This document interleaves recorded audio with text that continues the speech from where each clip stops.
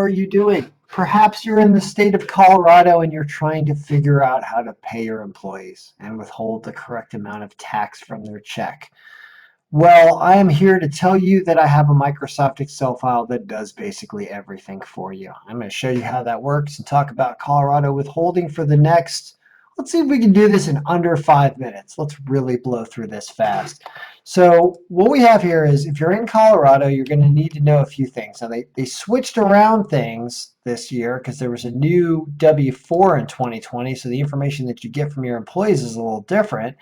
And they changed the way they did their withholding a little bit. They said, hey, if you're married, you get to take $8,000 off your income and not get it taxed. If you're not married, if you couldn't put a ring on it, it's only $4,000. So the way that we have formulated this into our file, I'm going to show you what you need to do. You enter in your employee's information. So did they fill out a 2020 W-4? Are they married? How many state allowances do they have? Doesn't matter. No state allowances anymore. Doesn't matter anymore. So you don't even need to fill that out. It's just about what state are you in? It's Colorado. Then if you filled out a 2020 W-4, there's a whole video I did on that. I'm not even going to talk about it right now. But you can fill out this information over there related to the 2020 W-4. What's your unemployment rate sent to you by the state of Colorado? If you have one, there it is. It goes right there. Daily entry sheet where you enter in daily hours for your employees, type of hours they have. If you want to do that, you don't have to, but if you did daily hours, you could do it there. The big crux of the file is in the pay period record sheet. Here we have information about the employees, what pay period. This is a monthly payer that we're working on right now. Somebody pays once a month. Here are all their hours. You could put in a rate, or you could just pay them a bonus or a salary amount right here in column AF. And then basically you're done.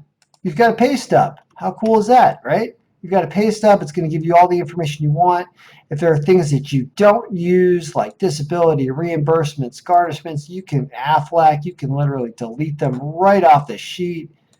You don't need them, and you've got a pay stub that you love. You don't use this employer stuff down here. Get rid of that too. You don't need that either, right? So you got pay stubs, you've got drop-down reports. This is your 941 report that you have to file every quarter. You just choose the quarter. It's going to give you information. If you don't want to choose a quarter because you're doing this monthly and you're depositing monthly, you just pick the month and bam, there it is. You could also pick the pay period and bam, there it is. Everything pops up over here to the right. You've got your Colorado report right here. You can see you owe $190 in Q1 so far. You've also got an additional report for pivot sheets where you can right-click inside here and refresh and get more detailed information with slicers and all kinds of fun things you can do if you so desire. You also have W-2s. There's no local tax in Colorado for this client, so not a problem there. Everything just pops up when you choose the employee name after you've entered in their information. So it is as easy as it can be. I've been doing it forever, and payroll should be easy, so why not make it that way? Is there anything else we can talk about? Yeah, let's talk about the Colorado rates. That's what this video is about. Let's open it up and show you where we have the Colorado rate information and what's going on for Colorado. It's actually pretty easy. I mean, there is just that $8,000 or $4,000 deduction off your annualized wages, but then what do? You know what you do? You multiply everything by 4.63% or 0.0463. That's what you're going to multiply your taxable wages in Colorado by to figure out what your tax is, and then you are done.